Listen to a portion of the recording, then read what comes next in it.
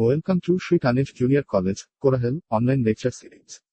Now you are listening lecture of biology subject by Mr. Riyaz Sheikh. Hello everybody.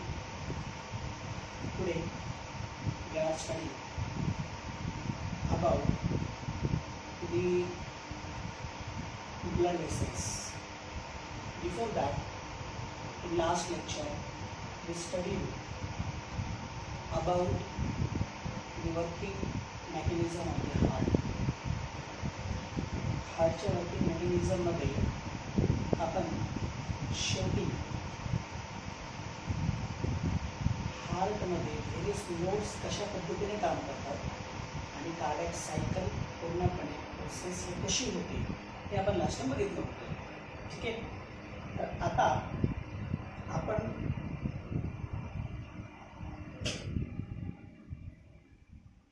आज आपण सुरुवातीला जे काही वर्किंग मेकॅनिझम होतं हार्टचं, that working mechanism it is because of control. आपण ऑलरेडी बघितलेले आहे की हार्ट मायोजेनिक आहे. जरी हार्ट मायोजेनिक असेल तर एसए नोड जे आपण ऑलरेडी बघितलं आहे, हा एसए नोड ॲक्टिवेट होणं गरजेचं आहे. आणि हा जो एसए नोड आहे हे ॲक्टिवेट होण्यासाठी there is and presence of center to activate it. हे ॲक्टिवेट करण्यासाठी there is presence of center. आणि हा जो सेंटर आहे हा सेंटर प्रेझेंट असेल ब्रेनमध्ये, परंतु ब्रेनमध्ये specially this centre present in the medulla oblongata. हा जो सेंटर आहे this centre present in the medulla oblongata. मग हा जो सेंटर आहे हा सेंटर एसए नोडची ॲक्टिव्हिटी म्हणजे हार्ट रेट इन्क्रीज करायचा आहे की हार्ट रेट डिक्रीज करायचा आहे, तर ही प्रत्येक ॲक्टिव्हिटी ह्या सेंटरवरती डिपेंड आहे. ठीक आहे, तर आपण त्या सेंटरला कार्डिओव्हस्क्युलर सेंटर असं म्हणतो. आपण जो पॉईंट आता पाहतोय that is regulation of heartbeat. For that purpose, in the brain or specifically brainstem, there is presence of cardiovascular center. आता हा जो कार्डिओव्हस्क्युलर सेंटर आहे, तर this center is also called as cardio centre. It having two parts. या सेंटरचे दोन part आहेत. This centre is on medulla. This centre having two parts. त्यामध्ये एक आहे कार्डिओ ॲक्सलरेटरी सेंटर. त्यामध्ये एक आहे कार्डिओ ॲक्सलरेटरी, नावामध्येच आहे हार्ट रेट इन्क्रीज करणे. आणि दुसरं आहे second one is cardio inhibitory centre. म्हणजे काय, कार्डियक ॲक्टिव्हिटी इनहिबिट करणे. मग कार्डिओ ॲक्सलरेटरी सेंटर जो आहे, तर हा cardio acceleratory centre this centre work with the help of the autonomous nervous system. ते कशा थ्रू काम करतं, ऑटोनॉमस नर्वस सिस्टम थ्रू काम करतं. ऑटोनॉमस नर्वस सिस्टमशी रिलेटेड जे sympathetic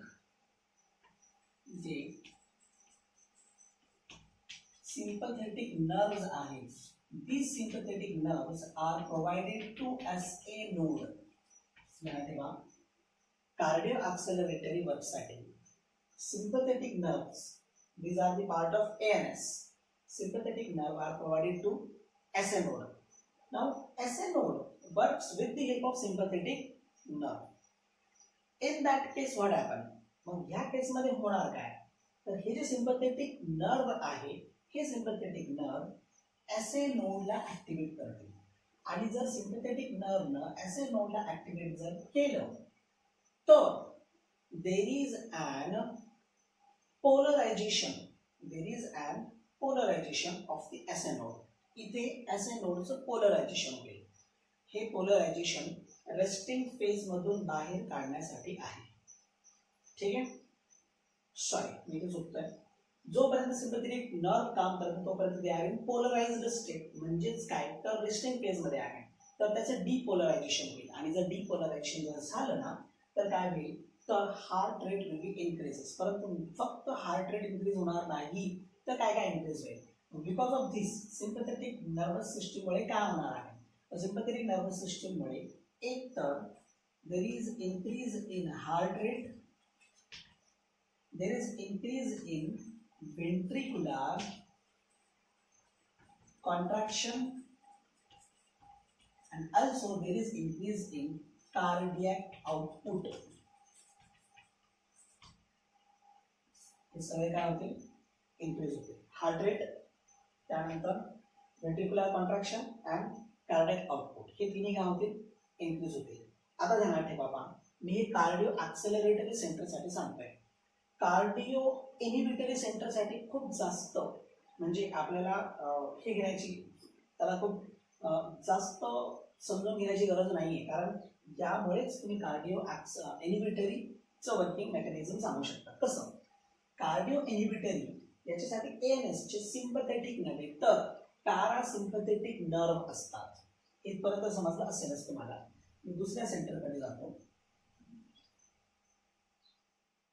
that is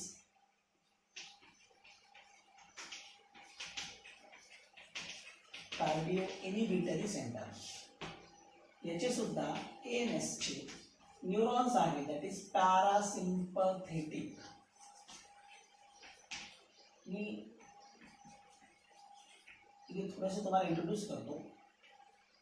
autonomous nervous system जी आपली आहे ना, ही ऑटोनॉमस नर्वस सिस्टम सिम्पॅथेटिक आणि पॅरासिम्पॅथेटिक गॅंग्लियन थ्रू काम करते. म्हणजे बॉडीमध्ये ऍक्टिव्हिटी जर करून घ्यायची असेल किंवा बॉडीला ऍक्टिव्हेट करायचं असेल तर सिम्पॅथेटिक, बॉडीला रेस्टमध्ये आणायचं असेल तर पॅरासिम्पॅथेटिक, या पद्धतीने काम करतो. आता तुम्हाला या दोन फंक्शनिंगमुळे तुम्हाला समजलं असेलच काय आहे. मग पॅरासिम्पॅथेटिकचं काम काय आहे, that are also provided to S A node. परंतु हे जे आहेत एस ए नोडला प्रोव्हाइड केले गेले आहे, पण विथ व्हेगस नर्व. हे कशा थ्रू प्रोव्हाइड केले गेले, with provided to SA node with vagus nerve. vagus nerve तिथे आलेत ना, म्हणजे याला गरज पडते एका specific न्यूरोट्रान्समीटरची, and that neurotransmitter is acetylcholine.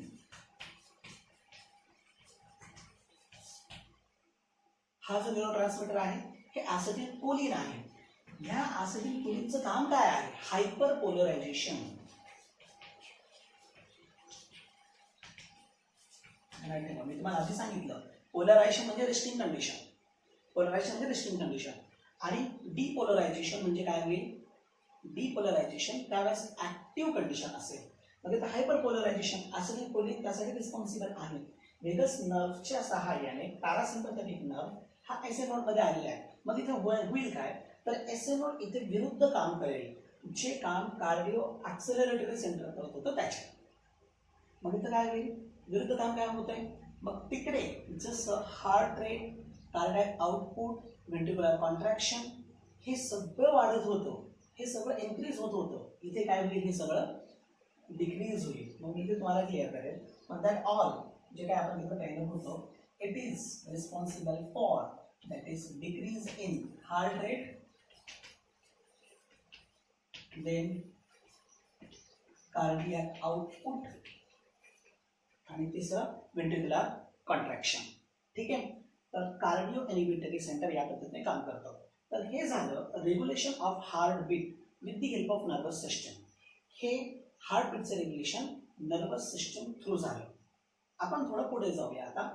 याच पद्धतीने there is and regulation with the help of hormonal system. हे होतं with the help of nervous system. आता पुढे जाऊया आपण with the help of hormonal system. Nervous सिस्टमसाठी ज्या पद्धतीने ब्रेन काम करत होतं त्याच पद्धतीने हार्मोनलसाठी इथे ॲड्रेनल मेडुला काम करतो. देर is and working of adrenal medulla. आता पहा, त्यांना ठेवा, adrenal medulla it is a part of adrenal Gland. हे तुम्हाला माहित आहे, किडनीच्या वरती ग्लँड असते. अशी किडनी असते समजा तुमची,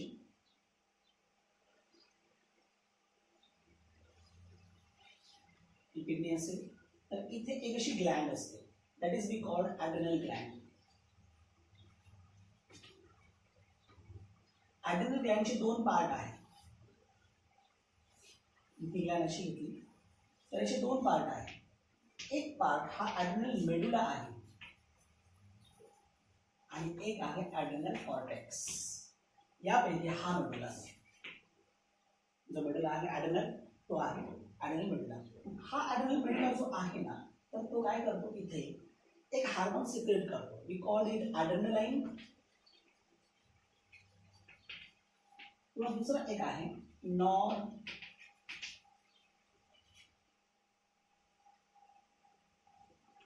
ॲड्रेनलाइन. ॲड्रेनलाइन और नॉर ॲड्रेनलाइन यांना दुसरं नाव आहे इपिनेफ्रिन और नॉर इपिनेफ्रिन. ठीक आहे. हे दोन्ही हार्मोन काय करेल, हे दोन्ही hormone heart rate, cardiac output, contraction हे काय करेल, इन्क्रीज करण्याचं काम करतात. त्यानंतर आहे ॲड्रेनल मेडुला और नॉर ॲड्रेनलाइन. सॉरी, ॲड्रेनल मेडुलाचं सिक्रेशन दॅट इज ॲड्रेनलाइन किंवा नॉर ॲड्रेनलाइन हे दोन्ही पण काय करतील, कार्डियक रेट इन्क्रीज करण्याचं काम करतील. हे स्पेसिफिकली वर्क आहे, दॅट इज हार्मोनल सिस्टमचं. याच्यानंतर दुसरं एक आहे थायरॉक्सिन. आता हे ॲड्रेनल मेडुला थ्रू सिक्रेट होणारे हार्मोन आहे. एक हार्मोन आहे सिक्रेशन फ्रॉम थायरॉइड ग्लँड, आणि थायरॉइड ग्लँड कडून आहे दॅट इज थायरॉक्सिन. मी इकडे ॲड्रेनलाइन घेतलं आणि इथे काय घेतोय, थायरॉक्सिन घेतोय. आता हा जो थायरॉक्सिन हार्मोन आहे, तर हा थायरॉक्सिन हार्मोन सुद्धा काय करतो, रेट इन्क्रीज करण्याचं काम करतो.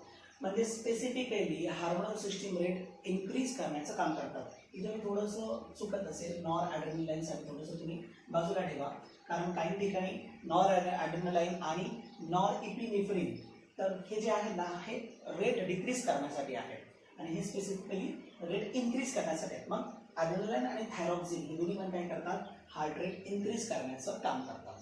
तर या पद्धतीने हार्ट बीटचं किंवा हार्ट रेटचं रेग्युलेशन केलं जातं. आता आपण इन शॉर्ट म्हणजे हे सगळं जे आहे ना, हे रेग्युलेशन मेकॅनिझममध्ये मी तुम्हाला इन शॉर्टमध्ये सांगतो की हार्मोनल कंट्रोल जर असेल तर मी तुम्हाला इथं तसं दिलंय, hormonal control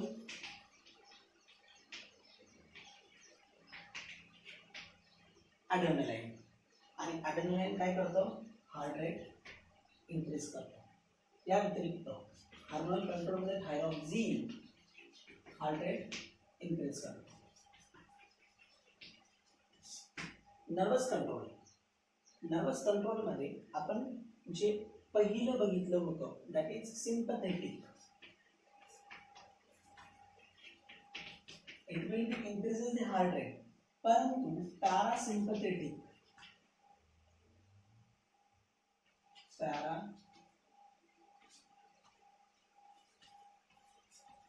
sympathetic, it will be decreases, as well as vagus nerve acetylcholine, and also decreases the heart rate.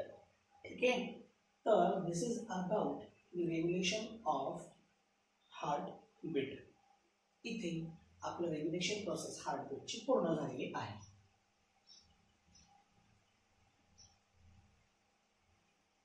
ज्या पद्धतीने body weight, body size increase होते, त्या पद्धतीने हार्ट रेट कमी कमी होत जातो. ज्या पद्धतीने बॉडी साईज डिक्रीज होते, त्या पद्धतीने हार्ट रेट वाढत जातो. फॉर एक्झाम्पल ह्युमन आहे, तर ह्युमन बिईंगमध्ये 72 पर मिनिट आहे.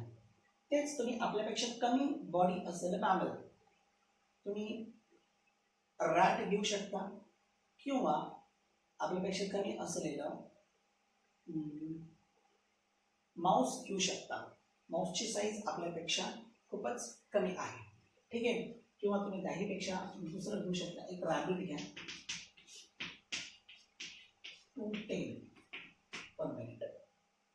रॅबिटची साईज बॉडी साईज कमी आहे आणि ह्युमनची बॉडी साईज जी आहे ती काय आहे जास्त आहे. तुम्हाला इथेच फरक पडतो. अच्छा, ह्युमन बिईंग मध्येच तुम्ही छोटे घ्या, ह्युमन बिईंग मध्येच म्हणजे चाइल्ड न्यू बॉर्न. तर न्यू बॉर्न मध्ये आपल्याला 110 पर मिनिट पर्यंत हार्ट बीट भेटतो. ठीक आहे, म्हणजे बॉडी साईज जितकी वाढते तितकं हार्ट रेट जो आहे तो काय होतो कमी होतो, हार्ट रेट कमी होत जातो. ठीक आहे, चला. तर this is all about the heart rate their regulation mechanism. आपण आता पुढे जाऊया थोडं.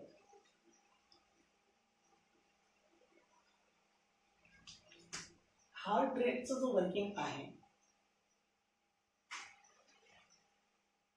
हे आपण फाइंड आउट करतो ब्लड प्रेशरच्या सहाय्याने, परंतु ब्लड प्रेशर फाइंड आउट केलं जातं ब्लड व्हेसल्सच्या सहाय्याने. ठीक आहे, आपण पुढचं पॉईंट घेऊया, ब्लड व्हेसल्स.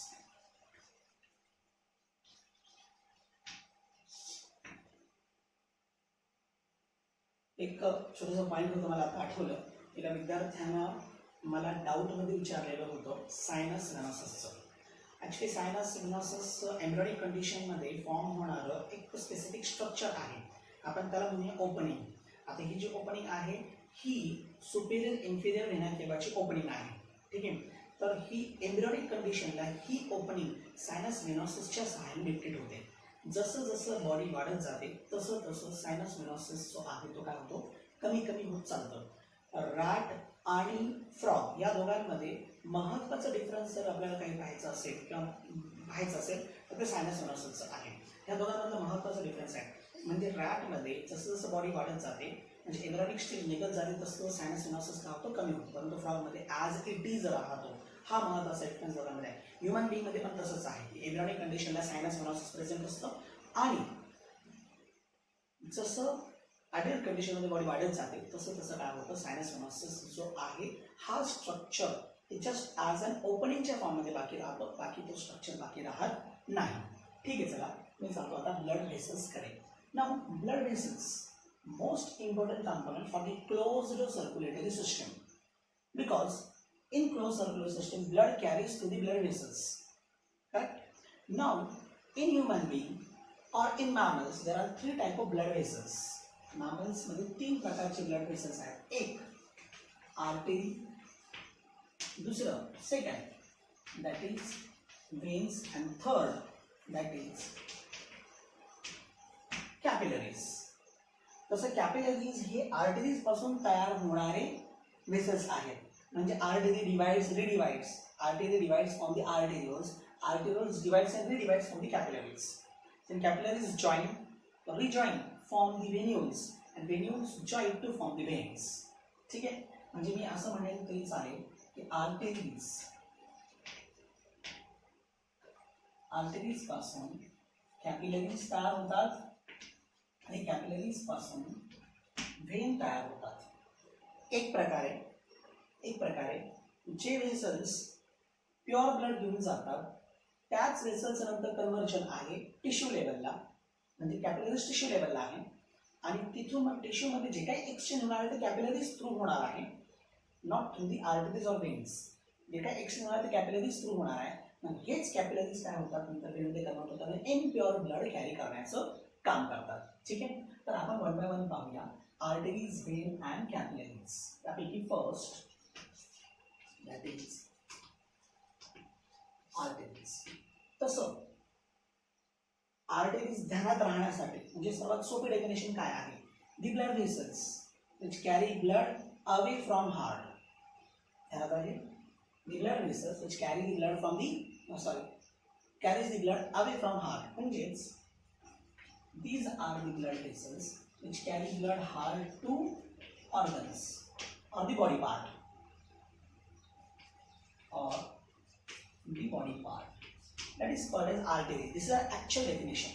एक definition आहे ज्याला एक exception भेटतं. म्हणजे काय, the blood vessels which carry only pure blood. The blood vessels carries pure blood from heart to organ. Carries pure blood from heart to organ that is called as arteries. एक exception आहे. मग ते exception कोणतं? मग ती blood vessel heart कडून lung कडे जाते. आपण तरी कनेक्शन बघितले हार्ट टू ऑर्गन म्हणजे हार्ट कडून लंग कडे जाते. तर ती जी ब्लड व्हेसल आहे it carries impure blood we called pulmonary artery. मग accept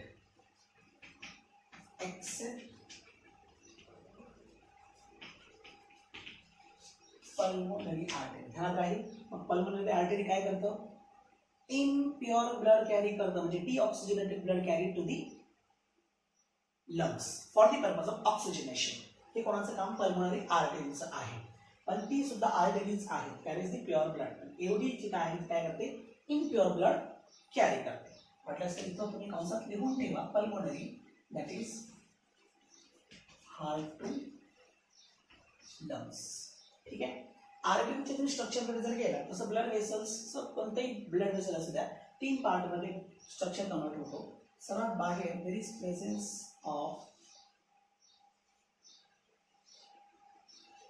that is tunica externa. त्यानंतर त्याच्या आतमध्ये देर इज प्रेझेन्स ऑफ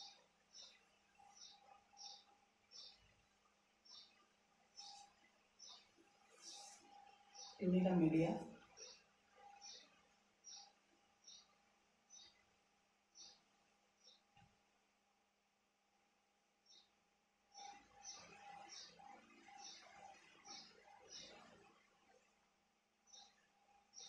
आणि सर्वात आतमध्ये प्रेझेंट असलेलं that is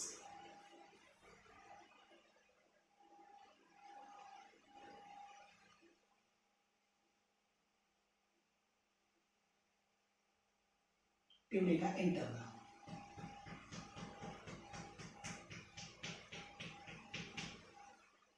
tunica externa, tunica media आणि ट्युनिका इंटरना. आणि सर आतमध्ये प्रेझेंट असलेली जी पोकळी आहे that is called as the lumen. हा सगळे स्ट्रक्चर इथे काय आहे? तर ट्युनिका मीडिया जो आहे तो थिक आहे ॲज कम्पेअर टू व्हेन. व्हेनच्या कम्पेअरमध्ये ट्युनिका मीडिया थिक आहे आणि ट्युनिका मीडिया थिक असल्या कारणानं आतमधलं लुमेन जो आहे तो शॉर्ट झाला आहे. आर्टिकलमध्ये काय आहे मग? मीडिया इज थिक आणि लुमेन इज नॅरो. पुढे ट्युनिका एक्सटर्ना आणि मीडिया या दोघांमध्ये सुद्धा इलास्टिक नेचर प्रेझेंट आहे. आपण त्याला इलास्टिक फायबर म्हणतो. मग हे इलास्टिक फायबर एक्सटर्ना आणि मीडियामध्ये प्रेझेंट असतात. सो ठीक आहे. आता यापैकी परत एक्सटर्ना जो आहे एक्सटर्ना कनेक्टिव्ह टिश्यू पासून तयार झाला. Externa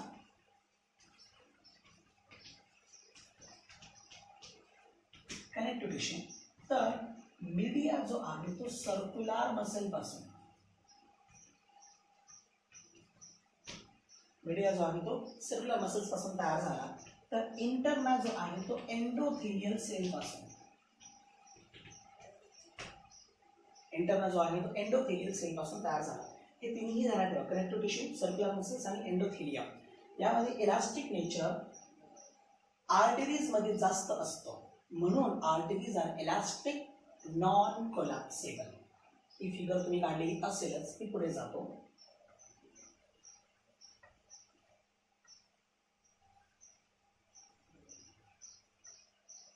arteries are elastic non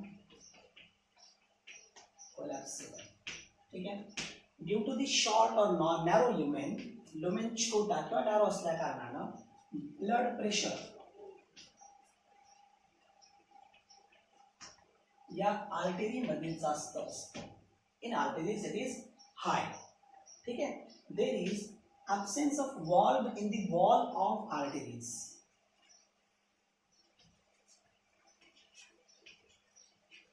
valve absent आहे म्हणजे बॅकफ्लो प्रिव्हेंट करण्यासाठी. ऑलरेडी प्रेशर जास्त आहे आणि ऑलरेडी प्रेशर जर जास्त असेल तर मग वॉल्वची गरज नाही. म्हणून आर्टरीजमध्ये वॉल्व प्रेझेंट नसतात. ठीक आहे. तर हे झाले महत्त्वाचे पॉईंट्स आर्टरीजचे. त्याच्या कम्पेअरमध्ये आपण व्हेन्स पाहू शकतो. फक्त त्याच्या विरुद्ध जात राहायचं म्हणजे व्हेन क्लिअर होऊन जातं. हे तुम्हाला इथपर्यंत कळलेलं असेलच. आता पहा, प्रेशर आर्टरीज मध्ये जास्त असतं म्हणून ब्लड प्रेशर हे आर्टरीज मधूनच मेजर करतात. ब्लड प्रेशर म्हणजे after ventricular systole, after ventricular systole the blood carries through the arteries.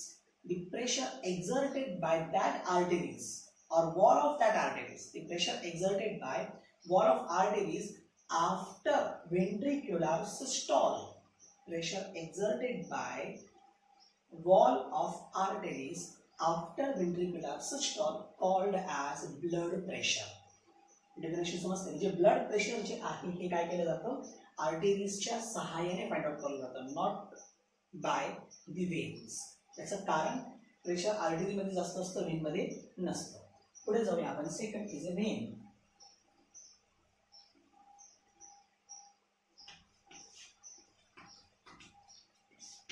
विरुद्ध जायचं सरळ सरळ. फ्रॉम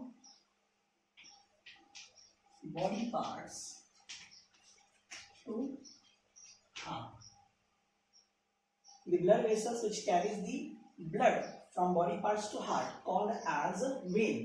म्हणजेच mostly they carry the deoxygenated impure. हे काय करतं, deoxygenated blood कॅरी करतं. पण याच्यामध्ये पण एक्सेप्शन आहे. एक्सेप्ट तुम्हाला रिमाइंड होत असेल, एक्सेप्ट पल्मोनरी वेन्स.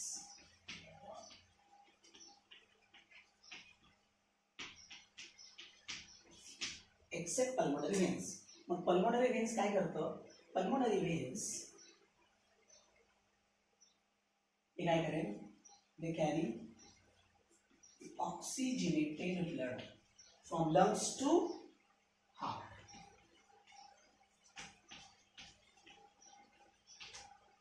ठीक आहे.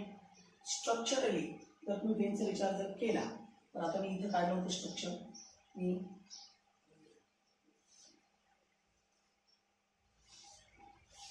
ट्यूनिका एक्सटर्ना,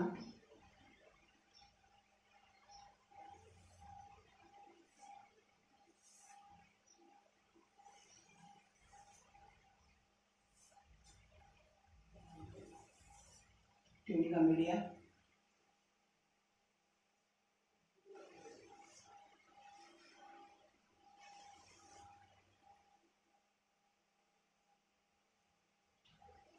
आणि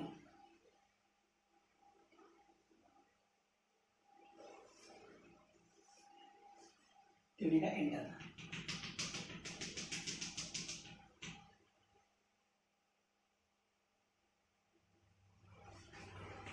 ट्यूनिका एक्सटर्ना, ट्यूनिका मीडिया आणि ट्यूनिका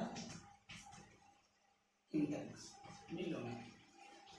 पहा आर्टेरिसच्या कम्पेअरमध्ये काय होत आहे. आर्टेरिसच्या कम्पेअरमध्ये मीडिया काय आहे, थिन आहे. त्यानंतर लुमेन हा ब्रॉड आहे. इकडे नॅरो होता, इकडचा लुमेन हा ब्रॉड आहे. आता लुमेन ब्रॉड असल्या कारणानं blood pressure in the vein is lower than the arteries.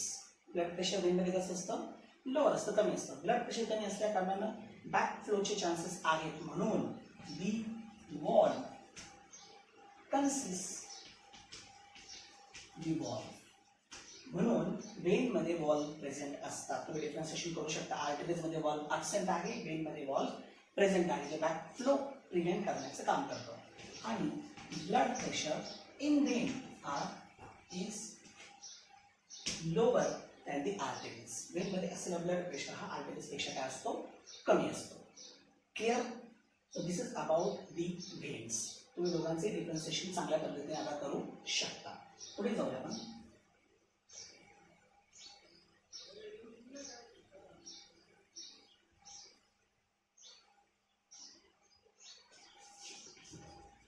Capillaries. Capillaries, minute, microscopic blood vessels. बारीक छोटे असे ब्लड व्हेसल्स आणि they are entered in tissues. हे कुठे गेलेले आहेत? टिश्यूजमध्ये. म्हणजे actual exchange of material is through capillaries आहे. ॲक्च्युअल एक्सचेंज ऑफ मटेरियल कशा थ्रू आहे? कॅपिलरीज. म्हणून मी तुम्हाला काय म्हटले की आर्टरीज टू कॅपिलरीज, आणि कॅपिलरीज पासून काय होतात? व्हेन तयार होतात. Arteries divides to form the capillaries. Veins capillary पासून जॉईन होता होता वेन्स तयार केले जातात. आता कॅपिलरीज जे आहेत त्याचे वॉल, कॅपिलरीचे जे वॉल आहेत हे महत्त्वाचे आहेत. कॅपिलरीचे वॉल महत्त्वाचे आहेत. कशासाठी? एक्सचेंज ऑफ मटेरियलसाठी महत्त्वाचे आहेत. म्हणून स्ट्रक्चरली कॅपिलरीजमध्ये ट्युनिका मीडिया ॲब्सेंट असतो. म्हणजे स्ट्रक्चरली जर आपण विचार केला तर फक्त ट्युनिका इंटरना म्हणजेच एंडोथेलियल लेअर, बाहेर काय असतो? एंडोथेलियल लेअर असतो.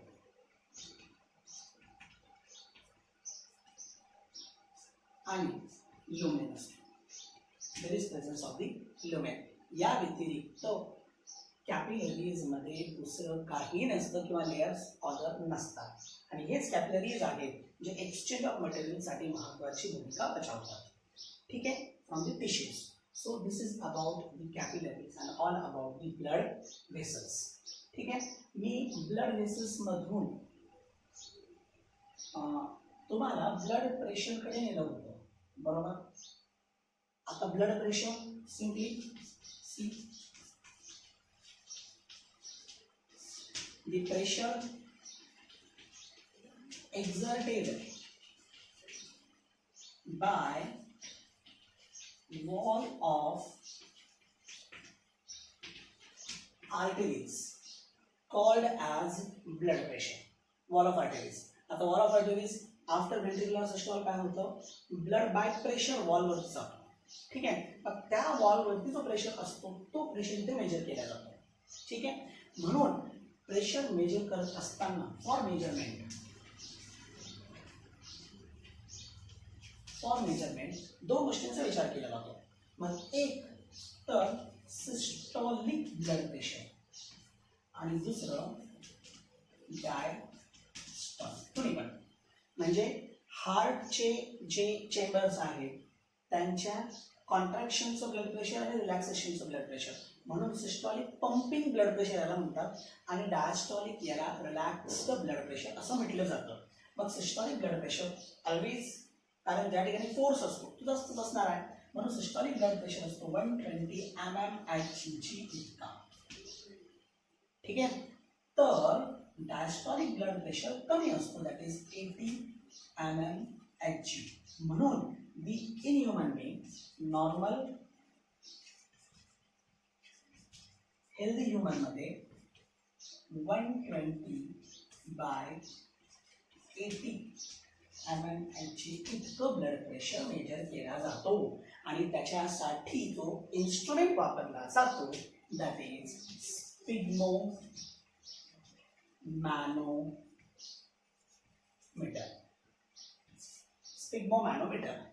ठीक आहे? आणि ह्या ब्लड प्रेशरच्या सहाय्याने जो ग्राफ डेव्हलप केला जातो त्याला स्पिग्मोग्राफ असं म्हटलं जातं.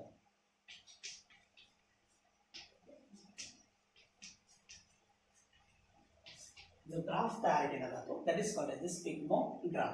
हे नॉर्मल हिंदीमध्ये आहे आणि यावरून दोन कन्सेप्ट निर्माण होतात. पाहता there are two concept, hypertension आणि हायपोटेन्शन. हायपरटेन्शन आणि हायपोटेन्शन. आता हे दोन्ही आपल्याला सेपरेटली हार्ट डिसीजेसमध्ये पाहायचे, पण त्याच्यापूर्वी मला दोन कन्सेप्ट तुम्हाला बोलायचे आहेत. त्या काय कार्डिया आहे आणि ब्रॅडिकार्डिया. मला वाटतं कुठे आपण स्टडी पण केलं होतं. त्या काय म्हणजे हाय आणि ब्रॅडी म्हणजे लो. आता हार्ट रेट जो आहे नॉर्मली 72 असतं, त्या काय मध्ये 90 बीट्स पर मिनिट आणि अबो जात असेल तर त्या काय कार्डिया आहे. म्हणजे काय होतं?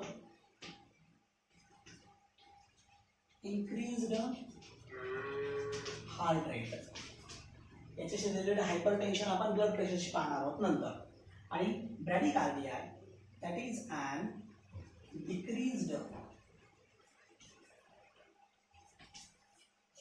हार्ट रेट इथं 90 तर इथं 60 बीट्स पर मिनिट आणि त्याहीपेक्षा कमी जर असं होत असेल तर ब्रॅडिकार्डिया. हे कशामुळे होतं तर समजा टेम्परेचर जास्त प्रमाणामध्ये आहे, एसए नोड ॲबनॉर्मली फंक्शनिंग करत असेल, सॉरी जास्त प्रमाणात फंक्शनिंग करत असेल तर टॅकाकार्डिया होईल. परंतु ब्रॅडिकार्डिया जो आहे इथे टेम्परेचर आहेच, पण एसए नोड ॲबनॉर्मल फंक्शनिंग करत असेल, वॉल्व हार्टचे ॲबनॉर्मल फंक्शनिंग करत असेल तर ब्रॅडिकार्डिया इथे निर्माण होतं. ठीक आहे. So this is all about the heart rate. त्यानंतर पुढे अबाउट दी ब्लड प्रेशर. आता याच्यामध्ये diseases related to the heart हे बाकी राहिलेलं आहे. ते हे डिसीजेस आहेत आपण काय करूया नेक्स्ट लेक्चरमध्ये पाहूया. Thank you very much.